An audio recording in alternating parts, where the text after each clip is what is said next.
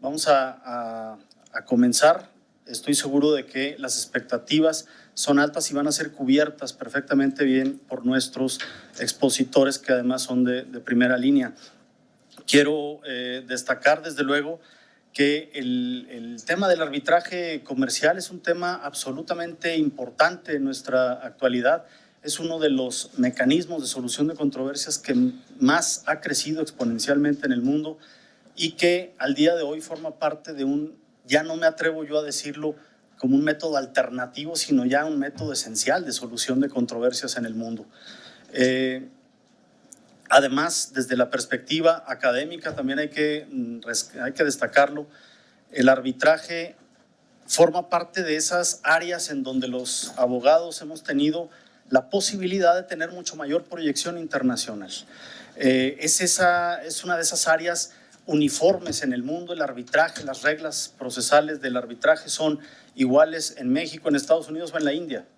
Esto nos ha permitido conocer de una materia que automáticamente nos posiciona en un mejor lugar en el mundo y nos da la posibilidad de ser abogados más globales. De manera que sí coincido con que este tipo de foros, este seminario, nos brinda la oportunidad de conocer una materia que no nos hará más capaces jurídicamente para resolver conflictos en México, sino que nos dará una proyección mucho mayor en el ámbito internacional. Entonces celebro la unión que el Instituto de Investigaciones Jurídicas de la UNAM, el Centro de Arbitraje de México y la Universidad de Aberdeen hace para llevarles a ustedes en este día, en estos días que serán varias sesiones, 4 sesiones, tengo entendido, del seminario, en donde se les podrá dar a ustedes una introducción muy profunda de un tema indispensable para el conocimiento jurídico en la actualidad.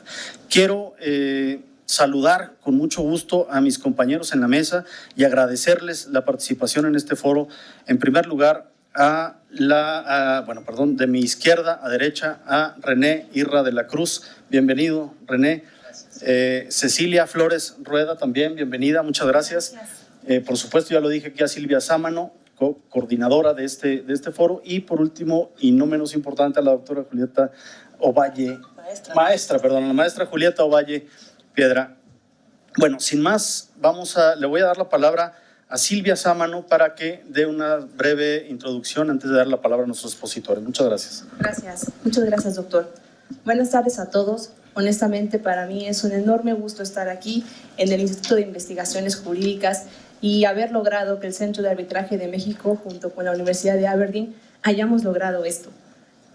Cuando lo planeamos hace algunos meses, jamás pensamos que fuéramos a tener una respuesta tan positiva, y eso es sumamente motivante y es una muestra de lo importante que es el arbitraje, que es importante que lleguemos a todos los niveles de practicantes de derecho, estudiantes, abogados que ya ejercen la profesión, porque como bien dijo el doctor Carlos Reyes, es una materia que es real y que nos puede pasar a todos, que nos podemos enfrentar a un procedimiento arbitral y sobre todo que tengamos los antecedentes para identificar cómo está regulado, cuáles son sus consecuencias y pactar acuerdos arbitrales correctamente y posteriormente, cuando se tenga que llegar a una controversia, saber qué hacer.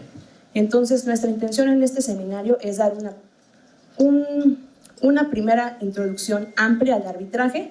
En esta ocasión iniciamos con la normatividad, que es esencial, y es justo lo que decía el doctor Carlos: ¿cómo es posible que el arbitraje esté regulado igual en México o en la India? La doctora Julieta nos va a explicar por qué.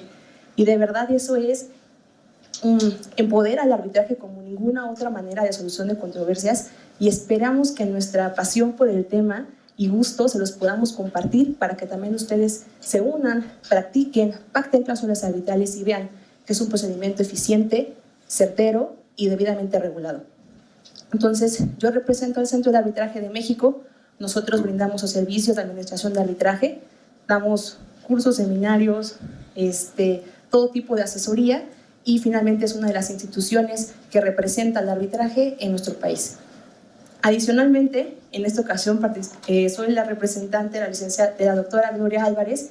Ella es la otra coordinadora de la Universidad de Aberdeen y me pidió ser su mandataria para compartirles estas palabras. La Universidad de Aberdeen fue fundada en 1495, es una de las universidades más antiguas del Reino Unido y su principio base es la excelencia académica mediante tradición e innovación. La Universidad de Aberdeen ha mantenido lazos históricos con México en diversas ciencias y disciplinas de investigación. La Escuela de Derecho cuenta con prestigiados centros de investigación, incluyendo Derecho Internacional Privado, Derecho Comercial y Derecho Energético. Como parte de su 525 aniversario, en su compromiso por robustecer sus lazos con México, Aberdeen está muy orgulloso de colaborar con el Centro de Arbitraje de México y el Instituto de Investigaciones Jurídicas en el primero de muchas iniciativas en el ámbito de los métodos alternos de solución de controversias. La doctora Gloria Álvarez vive en el Reino Unido y es profesora en la Universidad de Aberdeen.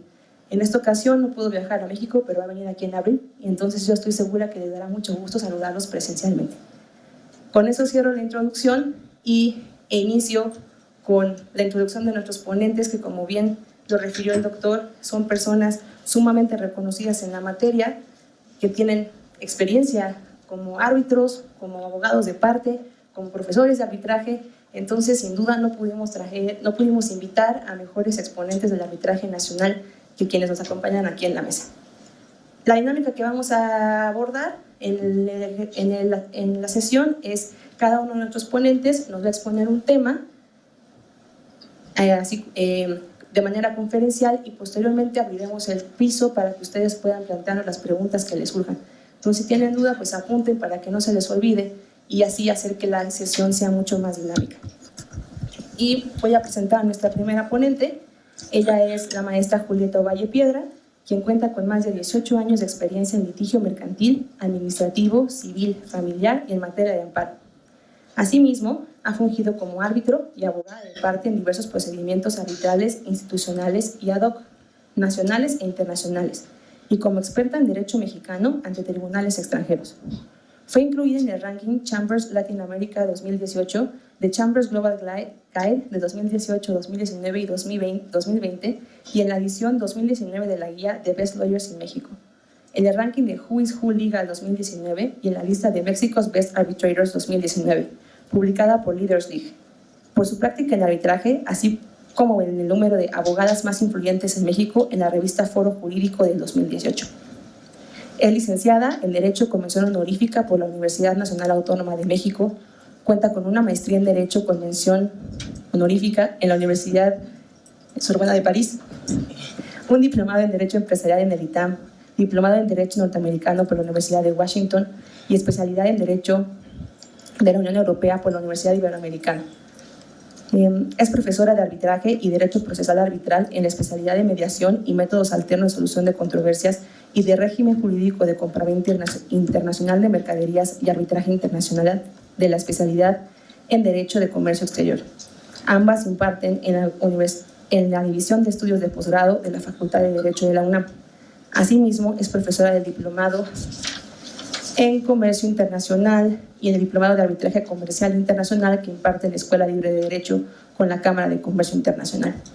Es autora del libro La responsabilidad civil por productos en México, Canadá y Estados Unidos, de diversas publicaciones en materia de arbitraje y de sucesiones internacionales, entre otros temas. Con ello, cierro la introducción de la maestra Ovalle. Le doy la palabra. Muchas gracias, Silvia. Pues antes que nada quisiera agradecer al Instituto de Investigaciones Jurídicas, al Centro de Arbitraje de México y a la Universidad de Aberdeen, especialmente a la maestra Silvia Sámano y a la doctora Gloria Álvarez por la invitación. Cuando uno viene por Insurgentes hacia el instituto, uno atraviesa el paso a desnivel y hay un letrero que dice: la UNAM es tu casa.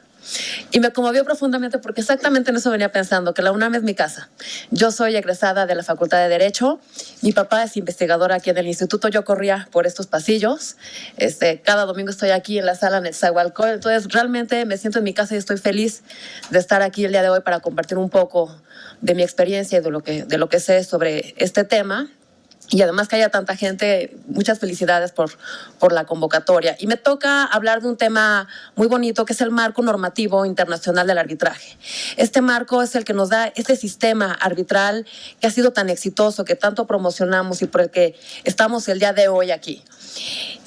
Y es un marco relativamente reciente, es un marco, voy a hablar de 3 instrumentos que lo regulan, que son del siglo XX, pero esto no significa que el arbitraje no haya existido antes.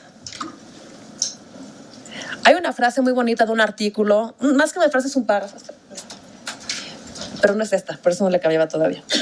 Es un párrafo con el que abre el artículo Arbitration, History and Background de Lord Nussel, en el cual habla que el arbitraje comercial debe haber existido desde siempre, desde que hubo comercio.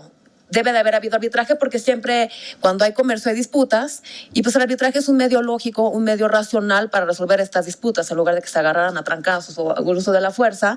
El arbitraje debe de haber siempre existido. Sin embargo, esta historia se perdió para siempre. ¿Por qué? Porque la resolución privada de disputas siempre ha sido privada.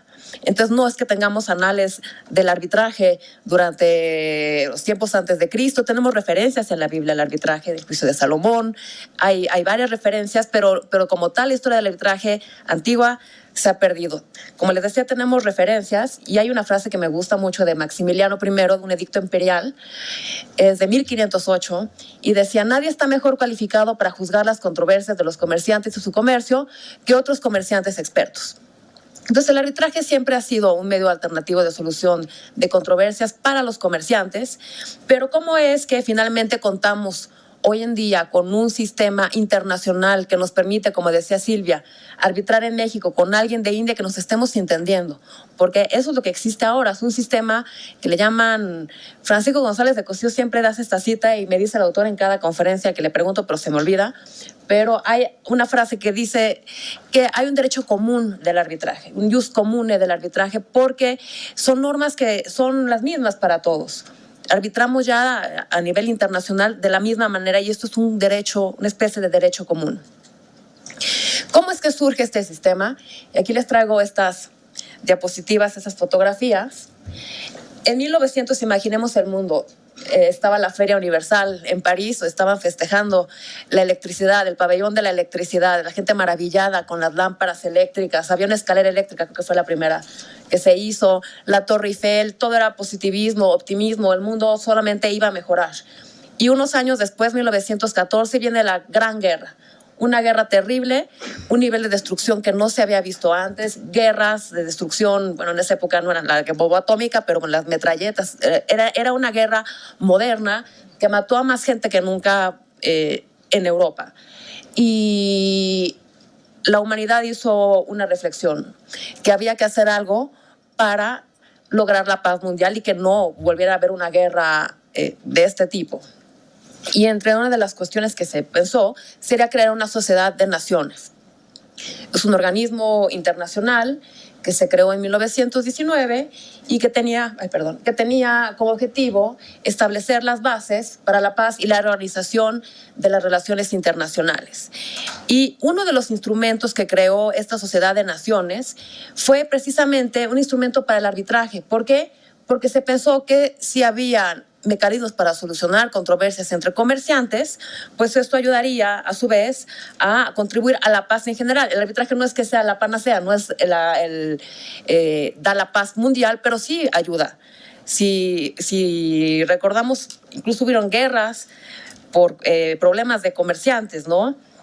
Entonces creo que estuvo bien pensado por parte de la Sociedad de Naciones hacer esos instrumentos. Crearon 2 instrumentos internacionales, un protocolo sobre cláusulas de arbitraje, desde 1923 en Ginebra, y uno más, una convención sobre ejecución de sentencias arbitrales extranjeras, ahí está equivocado, y ese es de Ginebra de 1927. Esos 2 protocolos son antecedentes de la convención que hoy en día regula el arbitraje a nivel internacional.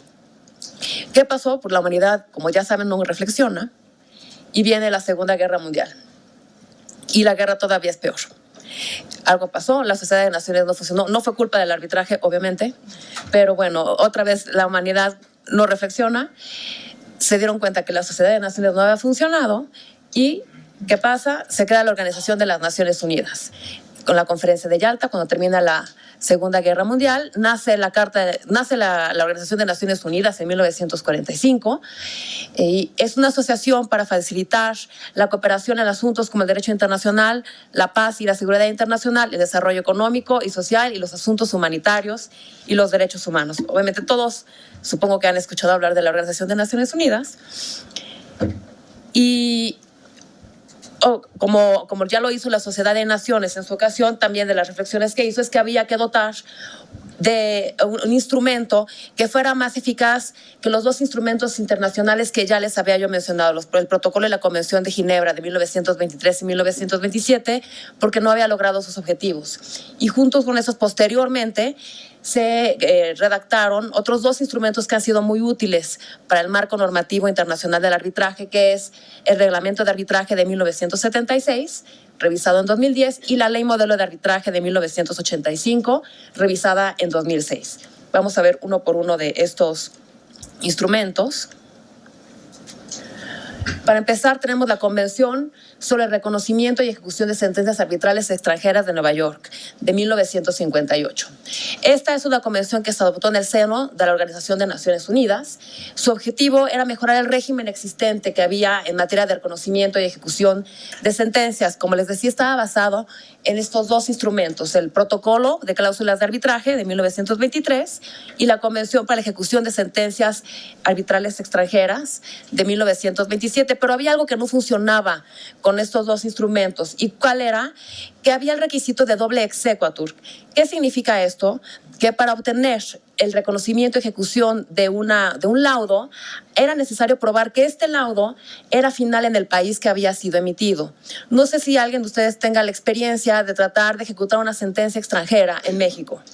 O bueno, lo estudiaron cuando estaban en la facultad en Derecho Internacional Privado, en Derecho Procesal, en Cooperación Internacional. Es sumamente difícil poder ejecutar una sentencia extranjera porque de antemano quien quiere ejecutarla tiene que demostrar muchas cosas.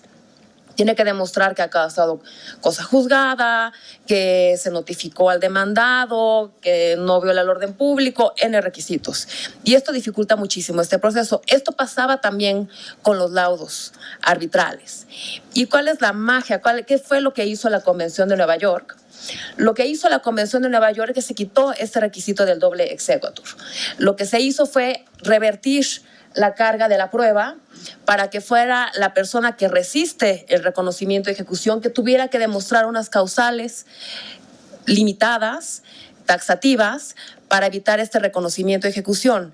Y el revertir la carga de la prueba, al quitar este doble exequatur, que ya no hay que buscar probar que es un laudo final donde se dictó, sino que tú llegas con el laudo, llegas a pedirle a un juez que es de un país que es estado parte de la Convención de Nueva York, que ejecute este laudo, tiene la obligación de ejecutarlo, a menos que la persona en contra de la cual se quiere lograr este reconocimiento y ejecución demuestre una serie de causales que son limitativas y unas dos causales que sí son, digamos, de oficio, que el juez puede hacer valer por sí mismo, que es la nulidad, el orden público cuando un laudo es violatorio del orden público, y aquí entendido el orden público para efectos del arbitraje comercial internacional como un orden público muy limitado, que son los principios verdaderamente fundamentales de una sociedad, de un Estado, porque la idea es que se trate de ejecutar el mayor número de laudos posibles y también obviamente que la materia no sea arbitrable. Si la materia no es arbitrable, pues obviamente no se puede lograr este reconocimiento y ejecución. Y esa fue la magia que tuvo esta Convención de Nueva York. Se logró, los países lograron un consenso en 1958 para que quitar este problema del doble exequatur, y ha sido tan bueno el sistema que se creó que se puede decir que es el instrumento internacional en materia mercantil más exitoso de toda la historia. Eso también lo dice Lord Mustill, ya les estaba yo citando su artículo al principio de la conferencia, lo pueden encontrar en línea, es un artículo muy interesante. La estructura de la convención es una convención en realidad bastante simple. Tiene 7 artículos y en estos 7 artículos se establecen 2 obligaciones fundamentales para los estados. En primer lugar, hay que reconocer los acuerdos de arbitraje. Esa es la primera obligación que tienen los estados que son parte de la Convención de Nueva York. ¿Cómo los respetan? ¿Cómo los reconocen? Pues si alguien que quiere arbitrar, que quiere ir a iniciar un juicio tiene celebrado una cláusula de arbitraje, la otra parte puede pedir que se remita al arbitraje este asunto. Es decir, hay un efecto que le llaman negativo. Cuando hay un acuerdo de arbitraje, los tribunales ya no pueden conocer. Y si esta controversia llega a los tribunales, los jueces tienen la obligación de remitir a las partes al arbitraje. Esta obligación es sumamente importante. ¿Cuál es la segunda obligación fundamental que tienen los estados parte que firman la Convención de Nueva York? Pues igualmente que se reconozcan y se ejecuten las sentencias arbitrales, los laudos, y que no se pongan mayores requisitos que los que se ponen para los laudos nacionales. Aquí en esta diapositiva podemos ver estas dos obligaciones esenciales. Y junto con estas dos obligaciones que se imponen a los estados, que a final de cuentas, ¿quiénes son quienes ejecutan estas obligaciones? ¿Quiénes cumplen estas obligaciones del Estado? Son los jueces. Son los jueces los que son los defensores, a final de cuentas, del arbitraje, porque pensemos, un arbitraje podría suceder, empezar y terminar con un laudo, sin que un Estado se enterara. Podríamos tener un contrato mercantil con una cláusula arbitral, las partes se ponen de acuerdo en el nombramiento de árbitro, se lleva todo el procedimiento, se dicta el laudo, se cumple, el Estado ni se enteró. Es cuando existen problemas, cuando existe este acuerdo de arbitraje y una de las partes se va a los tribunales, que ahí los jueces intervienen y mandan a las partes al arbitraje. Cuando el laudo que se dictó después de este procedimiento arbitral no se cumple, entonces el juez ahí interviene, ¿no? Entonces la Convención de Nueva York, al final de cuentas, es una convención dirigida a los jueces.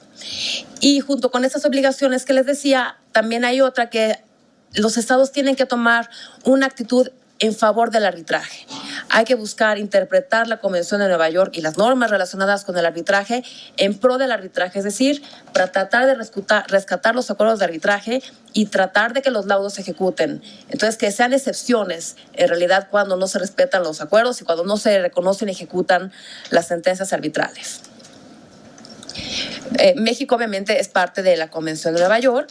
La convención es de 58 y en México se aprobó en 1971, bueno, 70 empezó el proceso y está publicada en el Diario Oficial de la Federación en 1971. Y esto nos hace parte de este sistema normativo internacional del arbitraje del que hablaba Silvia. Y en realidad, pues bueno, son 161 estados los que son parte de la Convención de Nueva York. Entonces, imaginemos que con 160 países México tiene esta similitud. Podemos arbitrar prácticamente en todo el mundo, ¿no? Una de las cuestiones que uno tiene que revisar cuando uno busca que si un estado es favorable o no al arbitraje, es si es parte o no de la Convención de Nueva York. Y bueno, si son 161 estados, es como si lanzaran en un globo terráqueo así un dardo, y lo más seguro es que va a caer en un país que es signatario de la Convención de Nueva York. Entonces es algo incluso que nos une como humanidad. Es cuando vemos que los objetivos que tenía la Sociedad de Naciones y la Organización de Naciones Unidas cuando buscaban dar un instrumento al comercio internacional para que las disputas se solucionaran y que estas disputas no fueran trascendiendo y con eso poner el granito de arena para la paz mundial, en parte se ha logrado, ¿no? Hay un sistema internacional, por lo menos 161 países, la convención más exitosa comercial. Después tenemos este segundo instrumento, y es muy fácil acordarse de la fecha de la ley modelo, nada más tienen que invertir la fecha de la Convención de Nueva York, que es 58-85, la ley modelo es de 85, y junto con la Convención de Nueva York contribuye al establecimiento de un marco jurídico unificado para la solución justa y eficaz de controversias nacidas de las relaciones comerciales internacionales. Esto es lo que dice la resolución que tomó la Asamblea General, por medio de la cual recomienda la aprobación, recomienda la utilización de la ley modelo. Y esta ley modelo se revisó posteriormente, en 2006, para adaptar a las prácticas de la época. No pensemos en la Convención de Nueva York, en 1958, cómo eran las comunicaciones en ese entonces. En mi clase les pongo el ejemplo a mis alumnos de Mad Men. ¿Han visto la serie? Pues así que están las oficinas y todo lo de medio son secretarias y todas están escribiendo y están con el teléfono. O sea, todo era mucho más lento, ¿no? La comunicación comercial. ¿Qué ha pasado de 58 a la fecha? Es que la tecnología ha revolucionado completamente la manera en que nos comunicamos. los medios electrónicos. Entonces, obviamente, en ese tiempo, pues el arbitraje también se ha modificado. Incluso de 2006 a la fecha ya han habido cambios, ¿no? Pero bueno, esta ley modelo se revisó en 2006. México tiene la versión de 85. ¿Qué se hizo, qué se buscó con la ley modelo de arbitraje? Y creo que por ahí me salté una diapositiva que voy a regresar. Sobre la Comisión de Naciones Unidas para el Derecho Mercantil Internacional, que este es un órgano subsidiario de la Asamblea General de Naciones Unidas, que es la que se encargó de preparar el proyecto y aprobar la ley modelo. ¿Qué objetivo tiene esta Comisión de Naciones Unidas? Pues precisamente busca unificar el derecho mercantil internacional, busca dotar a la comunidad internacional con instrumentos para que tengan un plano común, unas leyes comunes, un marco normativo común